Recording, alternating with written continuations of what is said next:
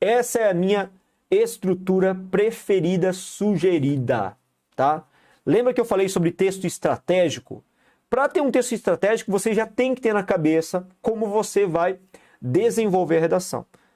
Você tem que pensar em se articular estrategicamente muito antes de sentar a bundinha naquela cadeira e esperar a prova ser colocada à sua mesa para ler o tema e depois desenvolver.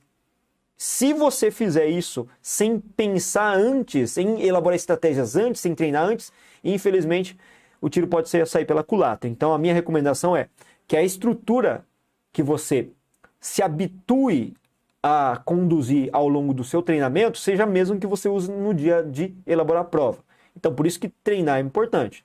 Lembra dos pilares para o desenvolvimento e a melhora textual. Você tem que estudar a teoria, você tem que praticar, o seu texto ele tem que ser corrigido e a partir da correção você tem que ter um estudo desse texto para evoluir cada vez mais esses 4 pilares, esses 4 passos fundamentais, beleza?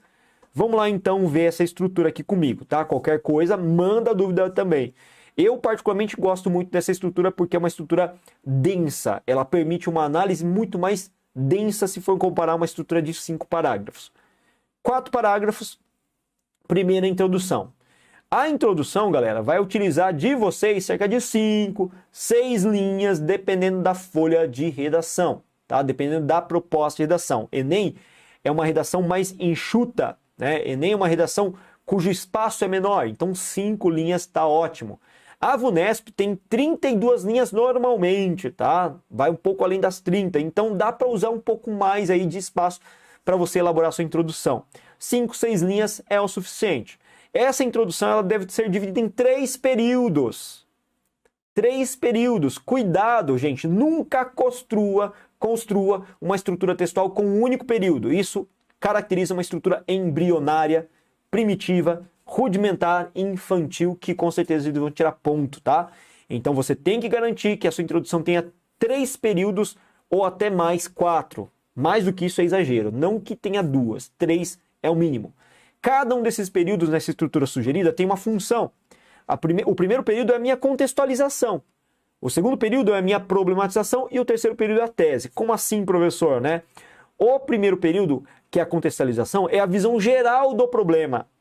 É a visão ampla do problema. É onde você, como escritor, vai pegar na mão do leitor e conduzir esse leitor para o seu texto. Localizar o seu leitor, dizer exatamente o que você vai trabalhar ao longo desse texto, ok? Fazer com que ele se sinta familiarizado.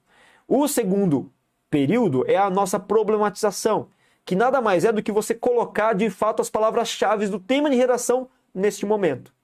É onde você vai exatamente colocar as palavras-chave da comanda ali. Você até pode copiar alguns trechos, parafrasear melhor para inserir na problematização. E a tese ou posicionamento, quando tem um tema voltado para uma pergunta, um questionamento, eu tenho que fazer uma tese a partir da posição que eu assumi e deixar muito clara essa posição. O leitor, ele não pode ter surpresas, o corretor não pode ter surpresas. Então, quando você se responsabiliza por fazer, de repente, construir, de repente, uma introdução, você tem que garantir que a sua tese e seu posicionamento estejam muito claramente discriminados ali, tá?